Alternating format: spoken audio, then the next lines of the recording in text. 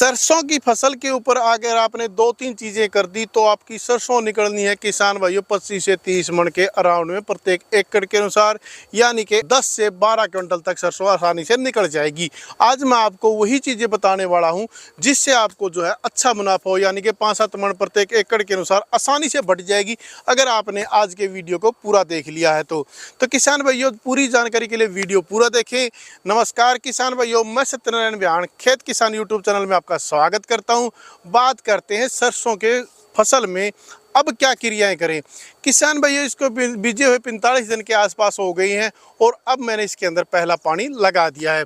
अगर सरसों के अंदर पहला पानी लगाने का समय माना जाए तो 30 दिन से 40 दिन के बीच में आप लगा सकते हैं, लेकिन जितना थोड़ा सा लेट करके लगाएंगे ना आप, जैसे अब ये गांडल पे जिसको हमारे एरिया में कहा जाता है कि जब ये फूल उठाना शुरू करे हल्का फुल्का, जैसे कि अभी इसने शुरू किया है, उस वक्त पानी लगाना और भी ज़्यादा फायदेमंद है, क्योंकि किसान भाइयों इसकी जो जड़ें हैं वो नमी के लिए नीचे की ओर चली जाती हैं पौधे की, जिससे इसकी जड़ें थोड़ी सी लंबी हो जाती हैं।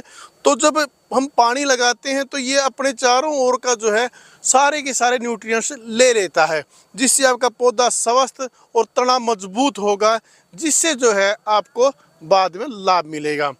अब बात आ जाती है, कुछ किसान भाइयों के कमेंट आए हैं कि भाई सरसों की पहली पानी के साथ में क्या हम इसमें अपना डीएपी खाद वगैरह दे सकते हैं। तो मैं उन किसान भाइयों के लिए बता दूं, अगर समय पर आपको डीएपी खाद उपलब्ध नहीं हुआ था तो आप पहले पानी के साथ दे सकते हैं, लेकिन उसमें आपको एक सावधानी बरतनी है कि जब आप खाद डालें उसके अंदर यूरिया मिक्स करके भी डाल सकते हैं, लेकिन डालना आपने तभी है पानी लगाने से पहले।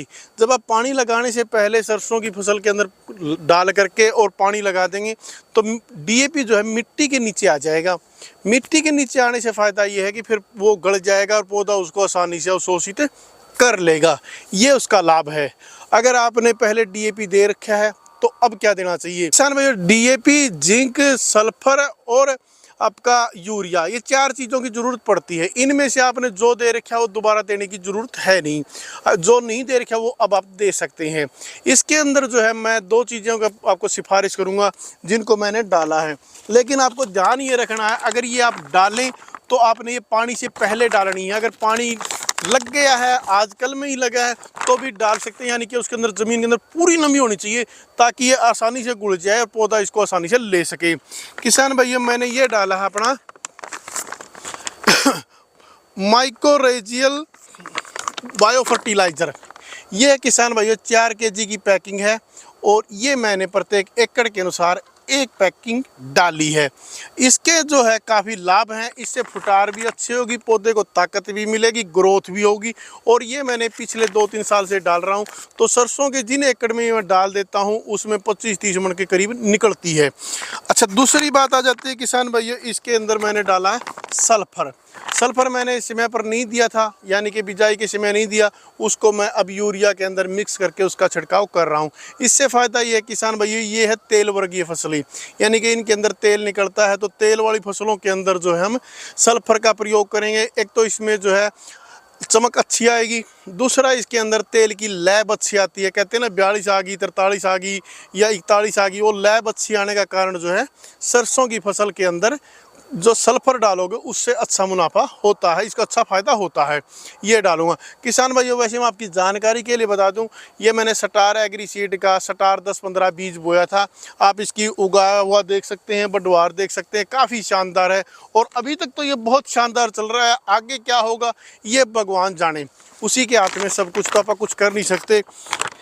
तो किसान भाइयों सल्फर जो मैंने डालना है वो डालना है 3 kg प्रत्येक एकड़ के अनुसार। आप भी डाल सकते हैं, जिंक का भी आप थोड़ा बहुत प्रयोग कर सकते हैं अगर आपने पहले प्रयोग नहीं किया है। तो सल्फर लेना किसान भाइयों आपने, ये जीपी सल्फर है, WDG 80% वाला सल्फर आप लेकर के आओगे तो इसका फ़ायदा क्या है किसान भाइयों, एक तो ये इसमें जो अपना चमक बनाएगा, दूसरा जो है इसके अंदर फंगस को रोकने की शक्ति भी है, यानी कि ये फंगस को भी कंट्रोल करता है। इसके 2 फायदे हैं, तो फंगस को कंट्रोल करेगा और इसके अंदर जो है चमक लेकर के आएगा, इसलिए मैंने प्रत्येक एकड़ के अनुसार 3 kg सल्फर का प्रयोग किया है। अब बात आ जाती है किसान भाइयों यूरिया की। तो यूरिया और डीएपी दो ऐसी चीज़ें हैं जिनको आपको सोच समझ के डालना है।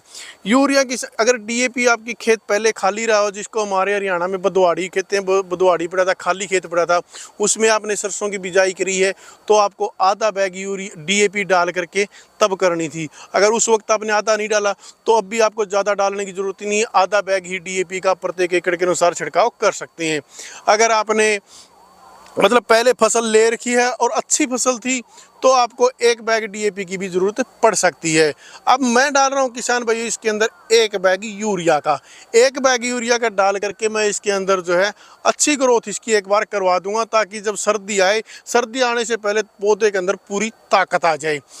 कुछ किसान भाई इसके अंदर जो है 30 किलो भी डाल देते हैं, 25 किलो यानी कि आधा बैग भी डाल देते हैं। वो आपके अपने क्षेत्र, अपने खेत के ऊपर निर्भर है कि आप कितना डालेंगे। अगर वैसे भी आपने ये 3-4 चीज़ें कर दी हैं तो आपको फिर बाद में कोई परेशानी नहीं होगी। इसके अंदर आपने पहले पानी के बाद एक और चीज़ करनी है, जब आपकी फसल फूल उठाने लगे तब आपने इसमें एक फंगस का स्प्रे भी करना है।